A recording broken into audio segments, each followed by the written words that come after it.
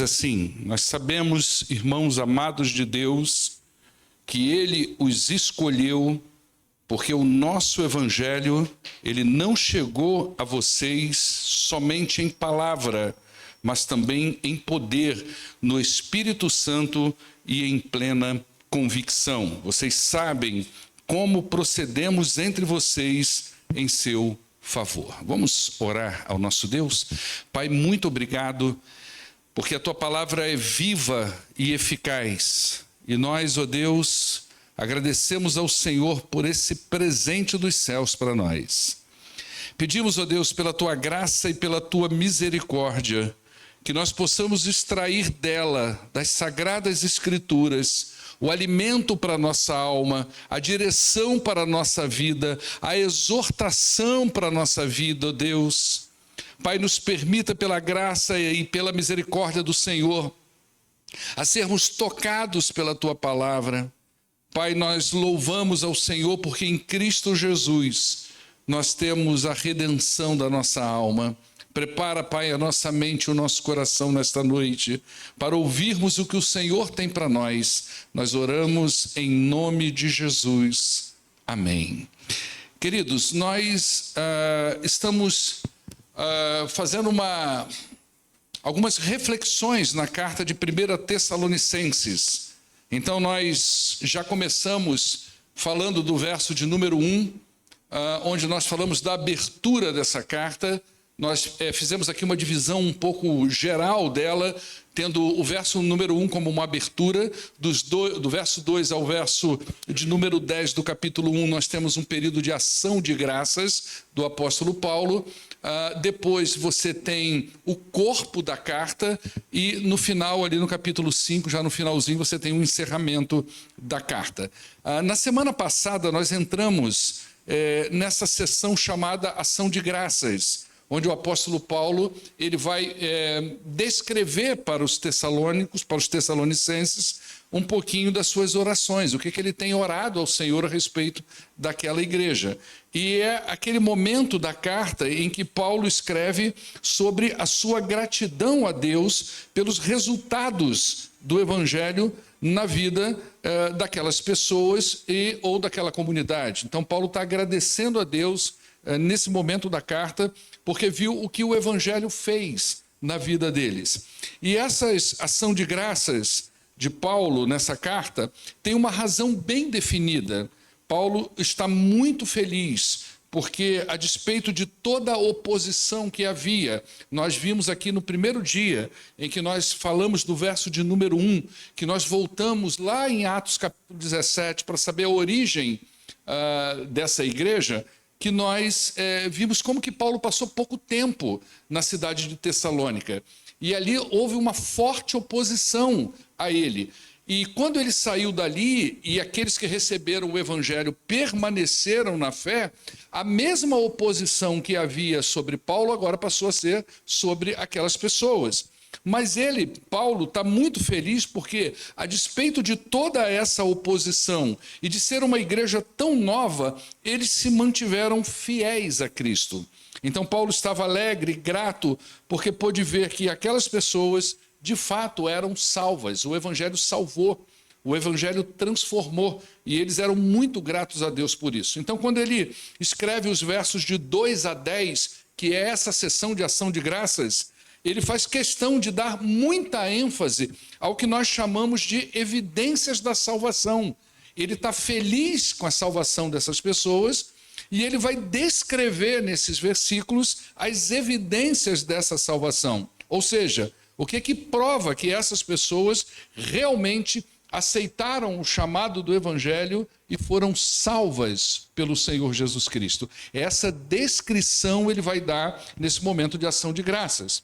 É como se nós pudéssemos responder a seguinte pergunta: como que nós podemos saber se, quando nós fazemos um apelo após a exposição do Evangelho, de fato, aquela pessoa que levantou a sua mão, se de fato ela se rendeu ao Senhor Jesus Cristo?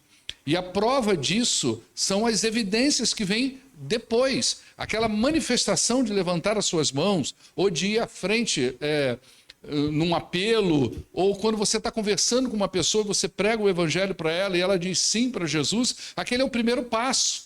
Mas depois há uma história depois disso.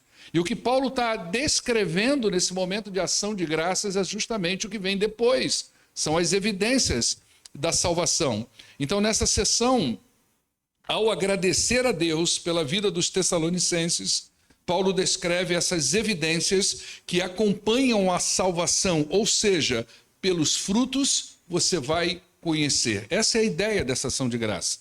Então, no verso 3, ele fala de 3 virtudes implícitas na vida de uma pessoa que aceitou Jesus como seu Senhor e Salvador, como a gente viu na semana passada. Fé, amor e esperança, está aí no verso 3. Entretanto, essas virtudes, elas não estão restritas ao campo da subjetividade.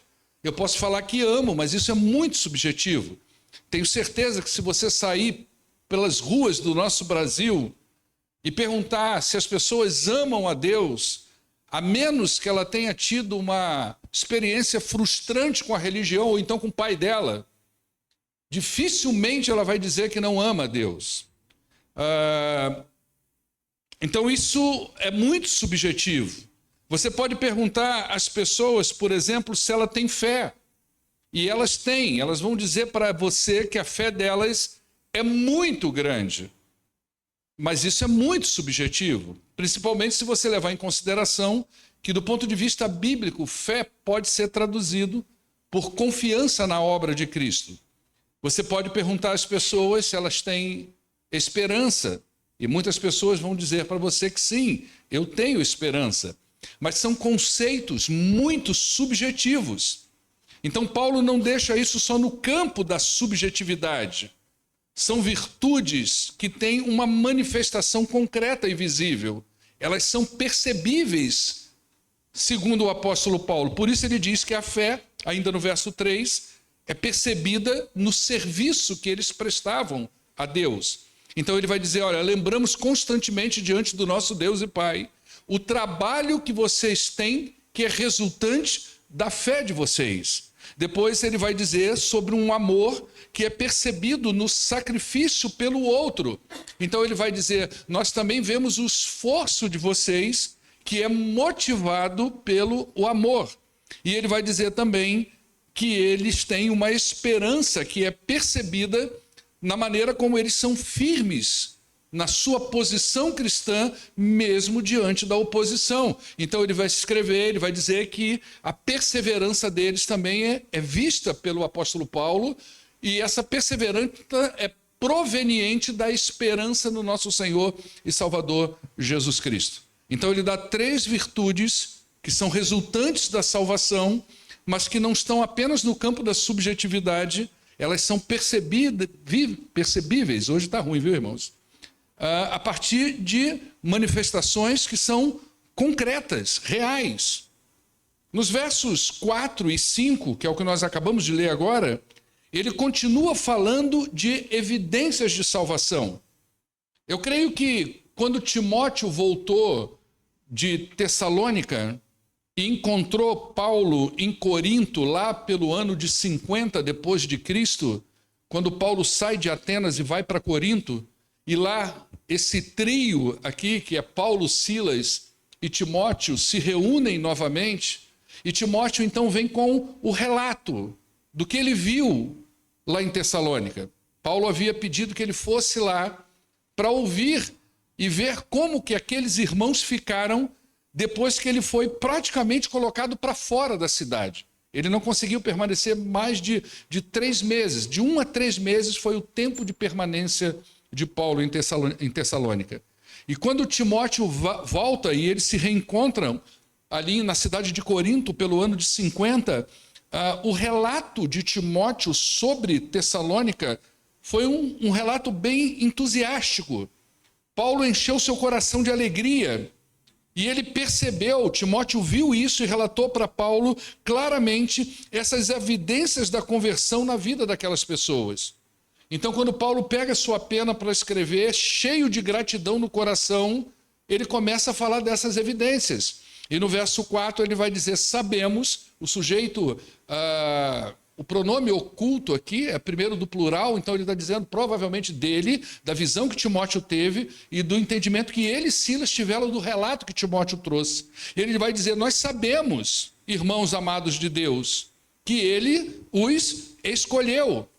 Então Paulo vai falar que ele, Timóteo e Silas, têm o pleno conhecimento, isso ficou muito claro para ele, de que Deus havia escolhido aquelas pessoas. Primeiro, pelo que ele já falou no verso 3, mas também daquilo que ele vai falar doravante, nos versos 4, 5, 6 até o verso de número 10.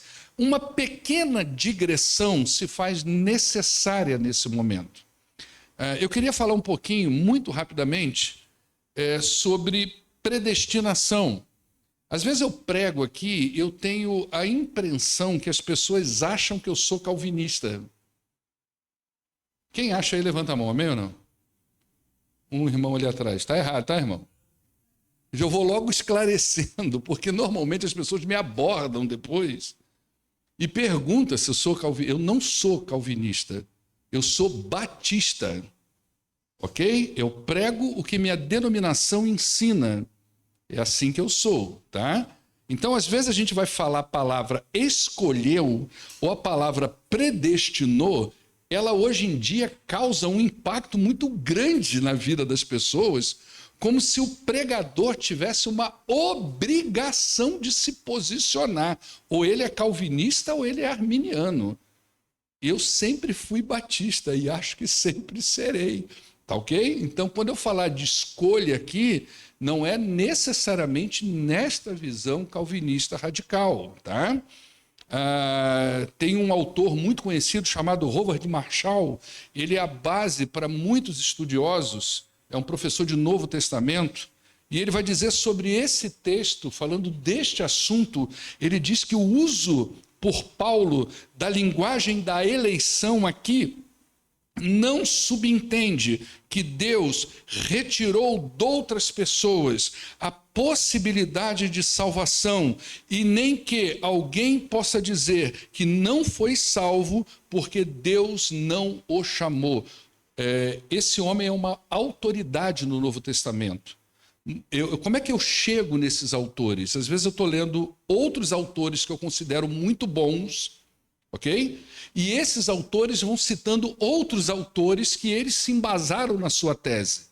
Então, quando eu pego o material, a literatura, eu vou em todos eles para tentar entender. E se tem um livro em tradução portuguesa daquele homem que foi citado, imediatamente eu adquiro aquele material para que eu também vá na fonte, na mesma fonte que aquela pessoa foi. Ok?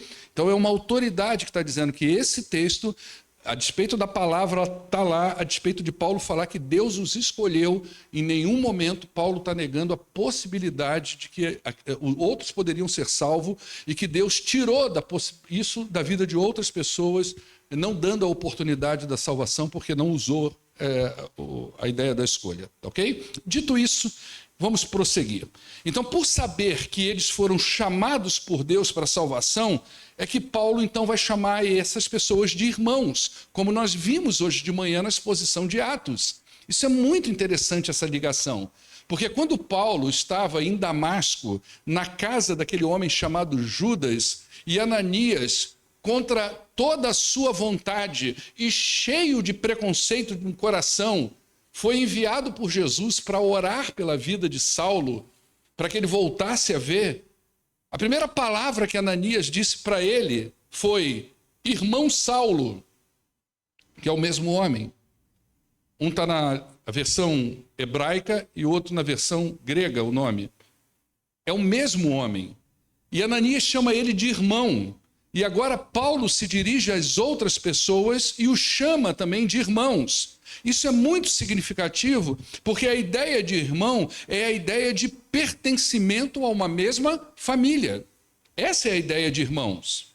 E em se tratando da história de Israel, eles eram irmãos porque eles estavam debaixo da mesma paternidade divina. Então, os judeus se chamavam de irmãos. Essa é a ideia do Antigo Testamento. Por que eles faziam isso? porque eles entendiam que estavam todos debaixo da mesma aliança, da mesma promessa, da mesma perspectiva de bênção. Então eles eram irmãos porque estavam unidos dessa forma. Agora, Paulo chama gentios de irmãos, pessoas que não eram judeus. E ele vai fazer isso nessa carta diversas vezes. Talvez essa carta aqui, do ponto de vista da escrita original, é uma das que mais Paulo usa o termo irmãos para se relacionar às pessoas. Então ele vai fazer isso diversas vezes. E essa palavra, ela aparece aqui como uma palavra inclusiva, como uma palavra corporativa, implicativa. Ou seja, ao receberem o evangelho, aquelas pessoas que não pertenciam à antiga aliança, elas não pertenciam ao povo judeu, então elas não pertenciam àquela aliança com Deus. Agora, em Cristo Jesus, elas são incluídas nessa nova aliança. Por isso elas são irmãos. É isso que Cristo fez conosco.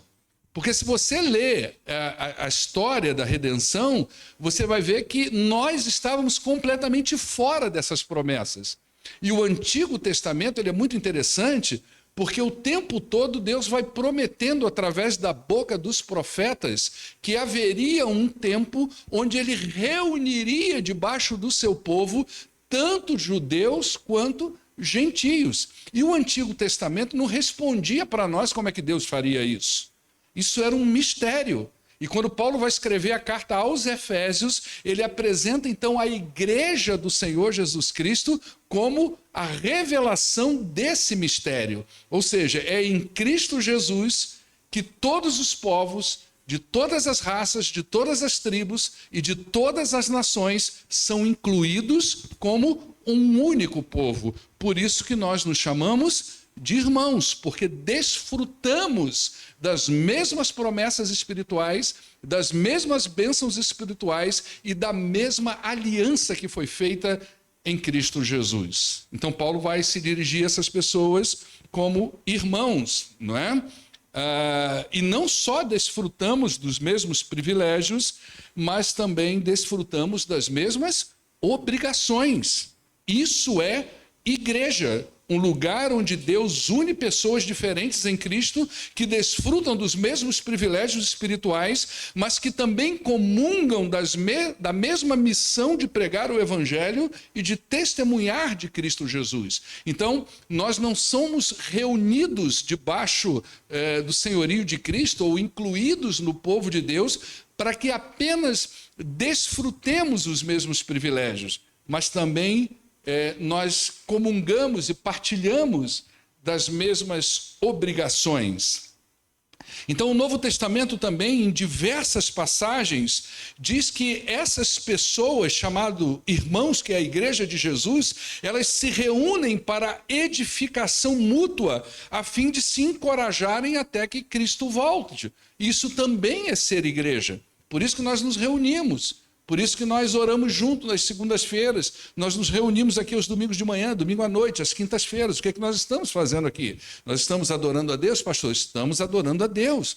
Mas nós também estamos aqui para que haja entre nós uma edificação mútua. O nome disso é a vivência da mutualidade. É quando nós estamos juntos para viver aquilo que a Bíblia chama de uns aos outros. Obrigado, Wesley. Uns aos outros, uma palavra, uma colocação extremamente fundamental para o cristianismo. O cristianismo é a religião do uns aos outros. Então nós nos encorajamos até o dia da volta do Senhor Jesus Cristo. Nós nos edificamos até o dia da volta do Senhor Jesus Cristo. Nós nos capacitamos até o dia da volta do Senhor Jesus Cristo. Mas ele também chama essas pessoas de amados de Deus. Ele vai dizer isso aí. E isso é muito interessante porque mostra a bidimensionalidade da vida cristã. A bidimensionalidade da vida cristã. No verso 3, que a gente viu na semana passada, ele fala de virtudes que se evidenciam nas relações horizontais. Então, pela fé, eu trabalho no reino. Isso eu faço junto com meu irmão. Isso eu faço pela igreja do Senhor Jesus aqui na terra, entre nós. É uma relação horizontal. Por amor, eu sirvo ao meu irmão. É uma relação horizontal. Tendo esperança no meu coração, eu me uno aos meus irmãos em perseverança diante de qualquer outra oposição. Isso é uma relação horizontal. É a relação horizontal. E por que que ela existe? Por que que nós nos relacionamos uns com os outros? Eu não sei foi onde que eu falei, não sei se foi no culto de manhã, acho que foi na classe da Marina hoje, que nós podemos fazer coisas porque nós somos humanos. A gente não pode pensar que uma pessoa, porque ela não recebeu o evangelho, que ela está desprovida de qualquer motivação de amor para ajudar uma outra pessoa. Isso não é verdade. E nem de ética e nem de moral. A gente lê lá em 1 Coríntios que o apóstolo Paulo escrevendo para essa igreja confusa, e ele vai falar de um pecado dentro da igreja, e aquele pecado era tão grave dentro da igreja que ele vai dizer, olha, nem lá fora as pessoas fazem isso. Nem as pessoas que estão debaixo dessa aliança são capazes de cometer o que está acontecendo dentro do povo de Deus. Depois ele vai falar sobre gentios, em Romanos ele fala isso, de gentios que, mesmo não conhecendo a lei, eles fazem coisas que estão presentes na lei, como se isso tivesse escrito nos seus corações. Então Deus já plantou isso em nós, independente do evangelho ou não. Senão o mundo estaria realmente acabado. Se a gente acha que está um caos, seria muito pior se nós não tivéssemos dentro dos nossos corações, se o ser humano não tivesse isso da parte de Deus que controlasse um pouquinho, censurasse um pouquinho a sua maldade. Então, fazer essas coisas não é uma exclusividade de uma pessoa convertida. Então você pode encontrar uma pessoa na rua, por exemplo, e você se sentir tocado e de alguma forma você abençoar a vida dessa pessoa. Mas entrar no íntimo dela, tentar entender sobre a alma dela, tentar levá-la aos pés da cruz, se interessar pelo crescimento espiritual dessa pessoa, aí já não é mais uma coisa tão humana assim. Aí nós precisamos do Espírito Santo faça isso em nós. Isso é o amor cristão, é a relação horizontal. E por que que isso existe? Isso existe porque antes de tudo existe uma causa, ou seja, o que me faz ter fé, o que me faz ter amor, o que me faz ter esperança. E essa causa está relacionada à minha relação vertical. Essa é a ideia da bidimensionalidade da vida cristã. Nós temos uma relação que é horizontal, que é causada por uma relação que é vertical. Por isso Paulo chama então de amados de Deus. Ou seja, Deus os amou e a prova é Cristo Jesus na vida dessas pessoas. Eles receberam e aceitaram esse amor. E a prova disso são todas as evidências que o apóstolo Paulo está listando em sua ação de graças. Então, a prova de que realmente havia na vida daquelas pessoas uma relação que era vertical era o resultado da sua relação horizontal. Isso é muito importante e é muito importante que você entenda isso. A sua comunhão com Deus, ela está diretamente ligada à sua comunhão com seu irmão. Não tem como desconectar essas coisas. Eu não posso dizer que eu amo o meu irmão, ou melhor, eu não posso dizer que eu amo a Deus, que eu não vejo, e não consigo amar o meu irmão que eu vejo. É bíblico isso, irmãos? Amém ou não? Quem escreveu isso? Hã? Quem falou, João? Pô, está estudando a Bíblia, irmã. É ele mesmo. João escreveu isso na sua primeira carta. Ok? Não tem como. Então a coisa está intimamente ligada. Por isso Paulo então pôde posicionar isso em relação aos crentes de Tessalonicense, dizendo, eu sei que Deus os escolheu. Por que eu sei que Deus os escolheu? Não foi através de uma profissão de fé verbal que comprovou isso. mas foi a prova de vida que comprovou isso. Paulo não disse que entendeu, que estava claro para ele que Deus havia escolhido aquelas pessoas, porque eles sentaram no banco, numa assembleia da Igreja Batista, e as pessoas perguntaram a ele: você tem vício? Não. Você ama a Deus? Amo. Você vai vir à igreja todos os domingos? Vou. Não foi essa a prova da fé. Paulo sabia que Deus os havia escolhido porque identificou as evidências da salvação na vida deles. No verso 5, Paulo vai falar do instrumento usado por Deus para chamar as pessoas para a salvação, o evangelho do Senhor Jesus. Então ele vai dizer: porque o nosso evangelho, ele não chegou a vocês somente em palavras, mas também em poder, no Espírito Santo e em plena convicção. Vocês sabem como nós procedemos entre vocês em seu favor. Como o mesmo Paulo disse em Romanos 1, verso 16, o evangelho, ele é o poder de Deus para a salvação de todo aquele que crê. Gente, presta atenção numa coisa. É no evangelho que nós encontramos as palavras da salvação. É no evangelho que nós encontramos as boas notícias do amor de Deus. É no evangelho que o plano redentor de Deus é revelado. É no evangelho que nós ouvimos o chamado de Deus para a salvação. Eu me lembro daquela parábola de Jesus, quando ele vai falar do rico e do Lázaro. E depois que a parábola vai se desenvolvendo e vai mostrando cada qual no seu lugar na eternidade, mostrando para nós que não há um plano intermediário, que a nossa decisão precisa ser hoje. É hoje que nós precisamos dizer sim para Jesus, porque depois da morte não tem mais como nós fazermos uma mudança. E ali no desenvolvimento dessa parábola, o rico, lá no tormento eterno, ele começa um certo diálogo com Abraão, que está representando ali o lugar de uma eternidade dos salvos.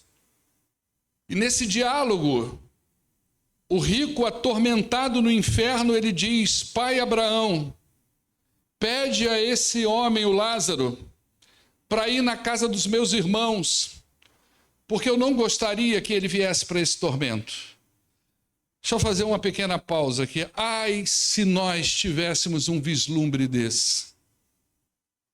Se Deus nos permitíssemos, por uma milésima fração de segundo, que as cortinas da eternidade se abrissem para nós, e nós conseguíssemos ver a beleza do céu e o terror do inferno, talvez nós saíssemos daqui nessa noite desesperados para falar de Jesus para os nossos filhos, para os nossos irmãos, para os nossos pais, para as nossas mães, para as pessoas que nós amamos. Terrível é o desespero do inferno. E esse homem na parábola, ele está lá vivendo isso na pele, e ele não quer que os seus parentes cheguem até esse lugar. Então ele diz: pai Abraão, envia Lázaro para lá, para que ele possa falar para os meus irmãos, para que ele não venha para esse lugar. E Abraão então responde para ele dizendo: meu querido, é o seguinte, nem se eu mandasse Lázaro lá, esse pessoal ia converter. Imagina que Lázaro ia aparecer lá, isso não está na Bíblia, é o que estou falando, na maior cara de pau, depois de ter morrido, e o susto que aquele pessoal ia levar. Você tem um parente falecido, imagina, você resolveu beber água aí no banheiro 1h da manhã. Você vai na cozinha e dá de cara com essa pessoa. O que você faz, irmão? Você vai converter? Talvez, né?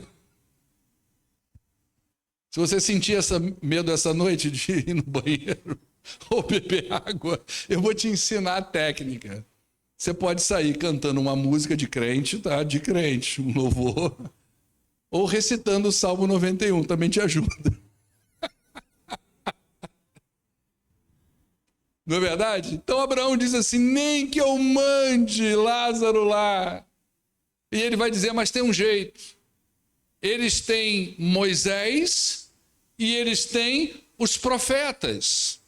Só que Moisés já havia morrido há centenas de anos. E os profetas também. Então, do que ele está falando? Você tem as escrituras, ouça ela.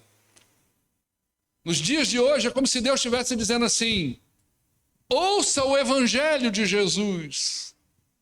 Ouça a palavra de Deus que está chegando no seu ouvido e no seu coração. Porque ela é vida para você. Ela é transformação do seu coração. Ela é redenção da sua alma. Então Deus usa o evangelho para chamar, mas o instrumento que Deus usa para falar do evangelho são pessoas. Como ele usou Paulo, como ele usou Timóteo e como ele usou Silas. Mas esses homens não têm poder de transformação. Então, por exemplo, antes de eu pegar o microfone aqui, eu vou para ali e eu oro. Eu dou uma relida. E eu sempre peço ao Senhor, Senhor, entra nas minhas palavras, porque elas não têm poder de persuasão. Você pode sair daqui hoje até emocionado. Você pode achar até e bater nas minhas costas e dizer, pastor, como essa palavra falou o meu coração. Mas as minhas palavras não têm poder de transformar o seu coração. Elas não têm poder de mudar a sua natureza. Quem faz isso é o poder do evangelho. Então é a ele que você precisa ouvir. Então, o evangelho, ele é o anúncio do plano redentor do Senhor. Ele anuncia Jesus Cristo, o Filho do Deus vivo. Então, Paulo diz que o evangelho não chegou a essas pessoas apenas por palavras humanas. Não foi só um discurso, mas chegou em poder. Provavelmente aqui, dentro do contexto original dos acontecimentos, quando ele pregou o evangelho, há uma possibilidade muito grande desse evangelho, junto a ele, ter sido acompanhado de sinais e prodígios, como estava acontecendo já. Então ele vai dizer poder e palavras. Mas hoje nós sabemos que o evangelho chega com um poder capaz de quebrar as correntes do pecado. Um poder capaz de libertar uma pessoa das garras de Satanás, um poder que cura, um poder que transforma, um poder que restaura. Então o evangelho é exposto em palavras por alguém que Deus levanta para falar, mas o poder do evangelho não está nas palavras do homem, mas no próprio evangelho do Senhor Jesus Cristo, é onde o Espírito atua. A mensagem do evangelho, ela se torna poderosa porque nela opera o Espírito Santo. Então esse poder chega, não apenas são palavras, mas chegam em poder e na operação do Espírito Santo. É ele que usa as palavras do evangelho para convencer o ser humano do pecado, da justiça e do juízo. Então se você sai daqui nessa noite com a certeza de que você precisa aceitar Jesus, não foram as palavras do pastor Paulo, mas o Espírito Santo que opera através da palavra bíblica e que quebranta o seu coração de tal forma que você às vezes sente aquela compulsão de choro, você sente o seu coração arder, você sente que tem uma voz dizendo para você, é isso, você precisa dizer sim, mas aí vem Satanás do outro lado e diz para você assim, olha, você tem que pensar em algumas coisas, a emoção vai passar, depois que você sair daquela porta ali, só a vida amanhã, o que é que vão falar de você? Como é que vai ser? Aliás, você entrou lá dentro daquela igreja, ouviu aquele pastor, falava logo te avisando, pastor é tudo ladrão, hein? Cuidado, eles vão arrancar tudo que você tem naquela igreja. E você vai começando a ouvir uma voz e outra, mas o Espírito está dizendo para você, olha, essas palavras fazem sentido, eu cheguei no seu coração hoje. Eu estou falando do evangelho para você. E você fica naquela dualidade. É por isso que muitas vezes quando a gente vai fazer o apelo, a gente pede igreja, em vez de você ficar olhando para o lado, mexendo no celular, lixando unha, enrolando o cabelo, ora ao Senhor, porque existe uma guerra espiritual nesse momento. Por essa razão, um crente Por crer no poder do Espírito que atua no Evangelho, um crente, ele não precisa ficar receoso de falar do Evangelho para outras pessoas, por medo de não saber articular ou por timidez, porque não são as palavras dele. O poder está no Evangelho e não na pessoa. E é por meio dele, do Evangelho, que Deus chama pessoas para o seu rebanho. E é por isso que Paulo diz que o Evangelho chegou aos Tessalonicenses em poder, no Espírito Santo e em palavras de convicção. Ou seja, ele tinha plena convicção da energia de vida que havia no Evangelho. E é interessante observar que ele não diz apenas que o Evangelho chegou até ele. Presta atenção nisso. Você que é crente em Cristo Jesus, você que um dia aceitou o Evangelho, presta atenção nisso. Presta atenção nas palavras que Paulo diz aí no verso de número 4. Olha só essas palavras, já está caminhando para o final. Coloca aí, Helder, por gentileza. Verso 5, desculpa. Porque o nosso evangelho não chegou a vocês somente em palavra. Nosso evangelho. O evangelho não é de Paulo. O evangelho não é de Silas e nem de Timóteo. O evangelho é de Jesus Cristo. Em outra carta, Paulo chega a dizer que se alguém pregar um outro evangelho que não seja o de Jesus, é considerado anátema, maldito. Mas aqui ele está dizendo que o evangelho dele, de Silas e de Timóteo, chegou a essas pessoas. Tenta entender aqui a convicção que ele tinha a respeito do evangelho. Isso mostra as convicções desse homem em relação ao evangelho. O poder do evangelho havia chegado primeiro na vida dele, transformou ele, mudou ele, e ele acreditava tanto naquilo que foi feito na vida dele pelo evangelho, que ele pregava para as pessoas dizendo: esse evangelho que chegou a mim, o meu evangelho, o evangelho que eu acredito, o evangelho que me transformou e que eu acredito e creio que pode transformar a sua vida, é esse evangelho que eu apresento para você. Isso é muito profundo, porque isso nos faz pregar com convicção. Se você experimentou o poder transformador do evangelho do Senhor Jesus Cristo, se você experimentou isso, você vai pregar isso com convicção. Ele passa a ser o seu evangelho, porque primeiro ele trabalhou você. É aquilo que nós falamos aqui quinta-feira, quando nós fomos falar na nossa escola bíblica discipuladora, vamos dar esse nome assim por enquanto, né? Nós estamos fazendo uma escola bíblica aqui na quinta-feira, onde nós estamos falando de discipulado. E na última quinta-feira nós usamos uma frase do autor do livro, Aprofundando Raízes, da Convenção Batista Brasileira, que ele vai dizer lá que nós não levamos uma pessoa num lugar onde nós não estamos. Nós não temos condições de levar uma pessoa para além de nós mesmos. Então o Evangelho, nós precisamos ter essa convicção em nós.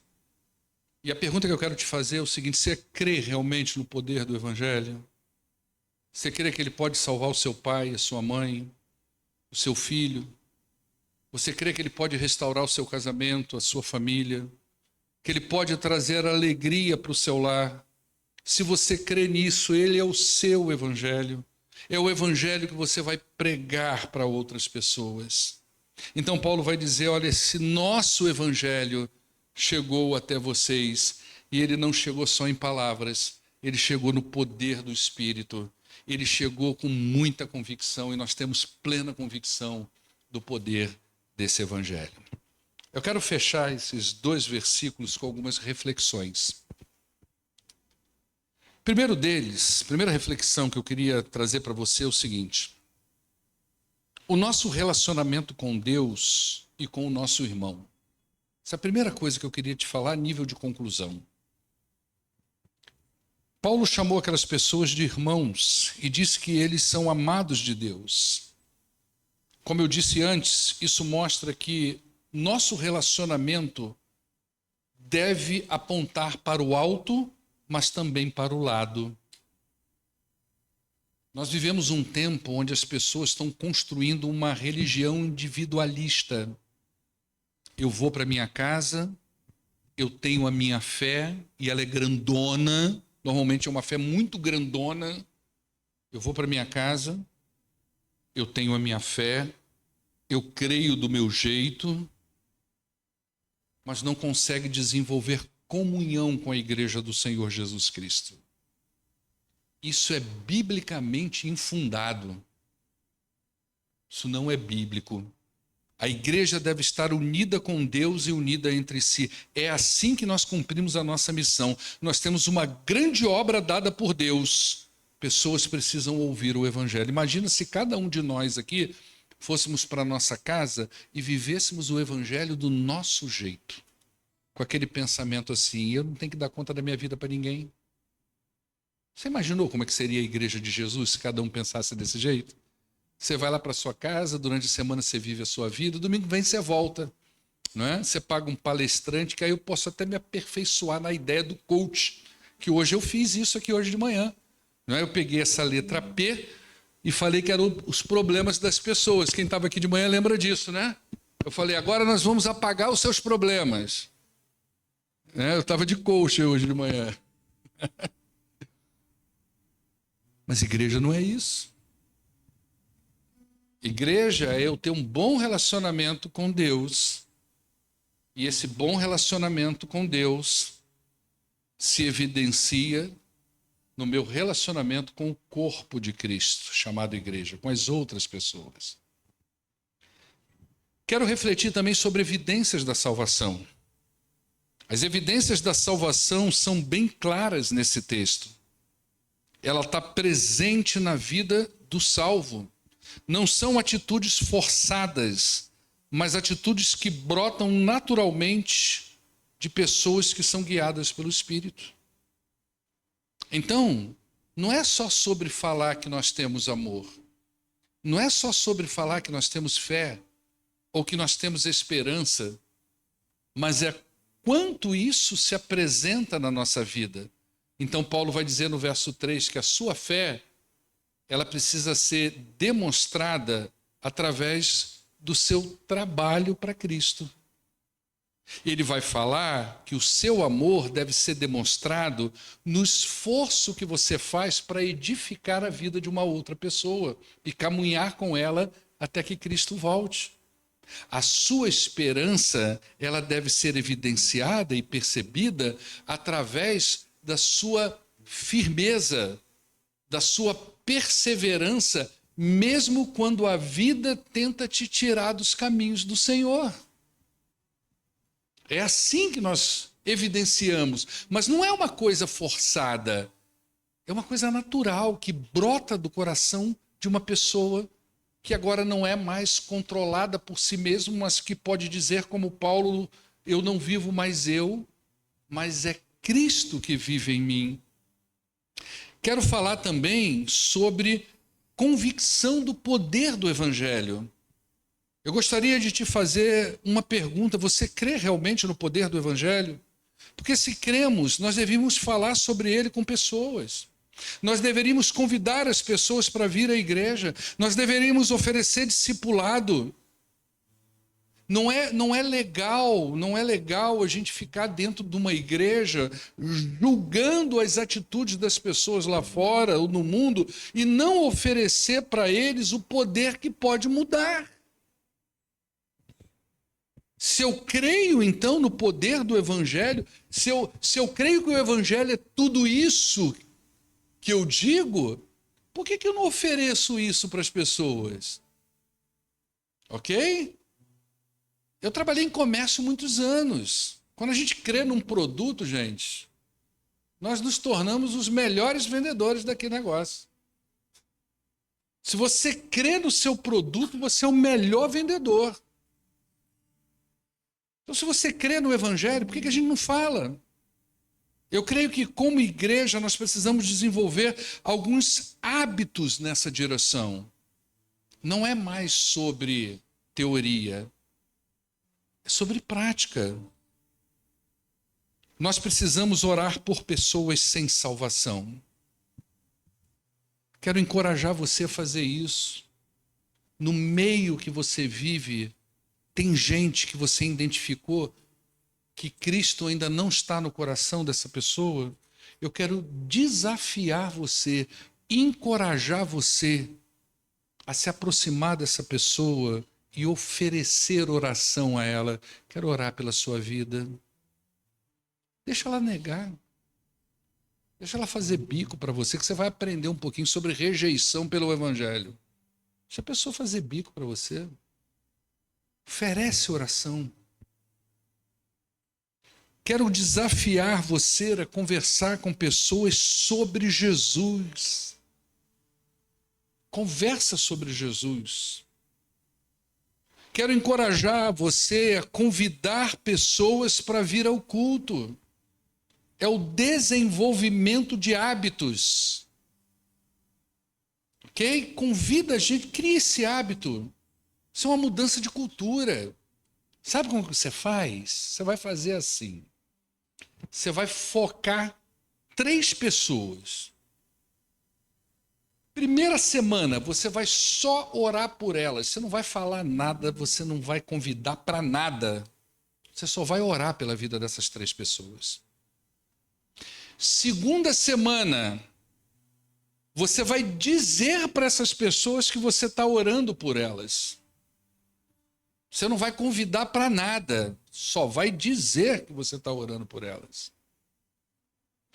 Terceira semana, você vai oferecer a essas pessoas de orar com elas. Você não vai convidar ela para nada. Você orou por ela, você disse a ela que está orando por ela e você agora vai se oferecer para orar por ela. Quarta semana, aí sim, você vai convidar ela para vir à igreja. Eu queria convidar você para ir a um culto comigo, o que você acha? Se de 3, uma vier, irmão, tu está no maior lucro. Amém ou não? Quero te desafiar a isso, a essa mudança de mentalidade, essa mudança de cultura. Convide pessoas, quero encorajar você também a ler Bíblia com as pessoas. O nome disso é discipulado. Na verdade, eu quero encorajar você a deixar Deus usar você para abençoar a vida das pessoas. Essa é a ideia. É você se sentir um instrumento de Deus. Como o apóstolo Paulo foi levantado no livro de Atos, que a gente viu hoje de manhã. Como Ananias foi um instrumento de Deus na vida de Paulo. Como Paulo, Timóteo e Silas foram instrumentos de Deus na vida dos tessalonicenses. E como os tessalonicenses, que a gente vai ver no próximo culto, foram instrumentos e modelos de Deus para a vida de outras igrejas na região da Macedônia. Que as pessoas começaram a olhar para eles e imitar a conduta deles. Deixa Deus usar a sua vida. Amém? Vamos ficar de pé. Você vai aceitar o desafio? Amém ou não? Ih, a igreja não vai crescer não, hein? Vai aceitar ou não vai? Ô, glória, já estou vendo fruto. Nossa, vamos preparar para esse culto descer todas as cadeirinhas brancas lá de cima. Ok?